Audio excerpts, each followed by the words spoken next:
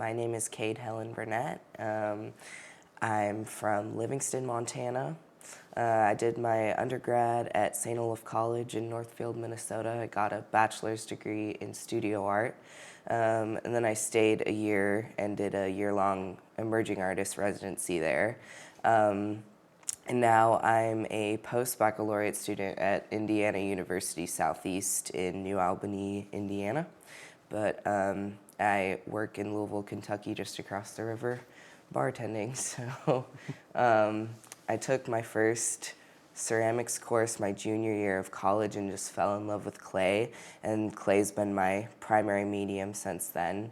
I mainly do sculptural work right now, but foundation with clay was on the wheel, so I like to combine sculptural and functional. But I thought I was going to be a painter, so I haven't really been painting since I started with clay. My inspiration comes mainly from nature, my childhood, but there's not really a certain one person. It's more just lived experience and figuring out how to express myself and my shifting identity through my work, and that looks different based on where I'm located. And yeah, so like I said, I haven't worked really with painting and 2D media in a focused way since college, and just with how busy my life is, I haven't been able to work in both mediums. In my practice, I'm only doing clay. I only have time for clay, so I really wanted to return to oil painting and see how my current work in clay would translate onto a canvas. So I've been stumbling around on the canvas, and then also working on a couple sculptural functional forms. But the most exciting thing I've been doing at Azule is working with natural wild clay around the property, processing samples of that, and then making little rocks. And I plan to fire them and see how hot they fire and stuff when I have access to kilns again. But I've been wanting to integrate local materials into my work, so this is really exciting that I've actually had the time and space to actually explore that. These rocks, I've been making these rocks for the past couple months, and they emerged from thinking about my childhood and beachcombing and how fascinated I was with beautiful rocks as a child, and just thinking about the metaphors and why I collect rocks and trying to capture a place and preserve a memory of a place in a tangible object. I'm a very physical person. I process everything through my hands, so these also function as little worry stones, and also just collectives to work with in my installations. So these are all from clay found around the property on Azule. This sort of grayish clay is found in the creek. And then this yellow clay was found down the road.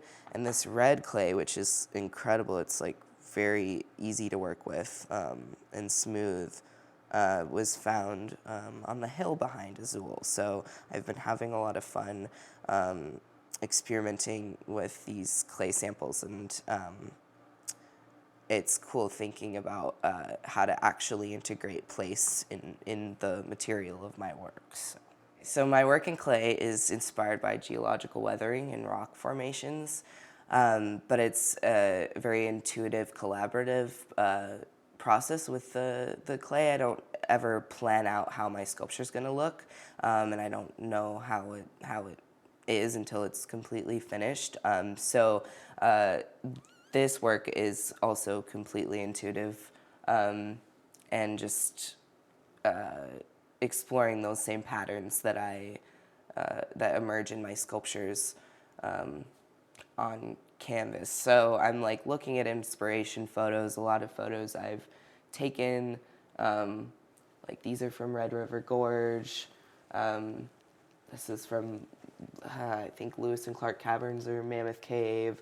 But I'm just very inspired by the ways that rock can change over time and be shifted by forces that you can't see, and you can't see the change happening in the moment. So yeah, and then this painting here is from a reference.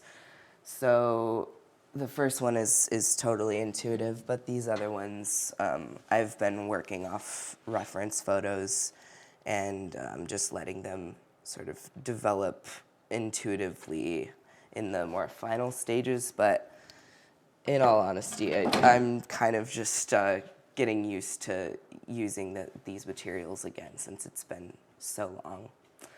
And my work back in college and before clay was very figurative, also focused on memory, and now it's less figurative, definitely more natural, but still very focused around memories from my childhood, and a lot of those are tactile and like stored in my body.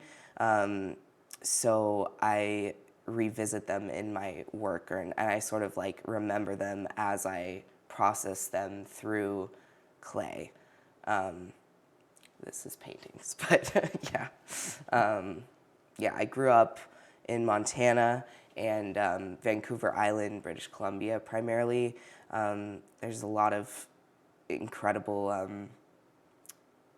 land there and geology, but a lot of my memories are from the beaches on Vancouver Island and those big rock slabs that just look like they could be like the surface of Mars. So that's sort of where the rock fascination, I think, stems from. But just my work has always been concerned about figuring out my identity and processing changes. So, yeah.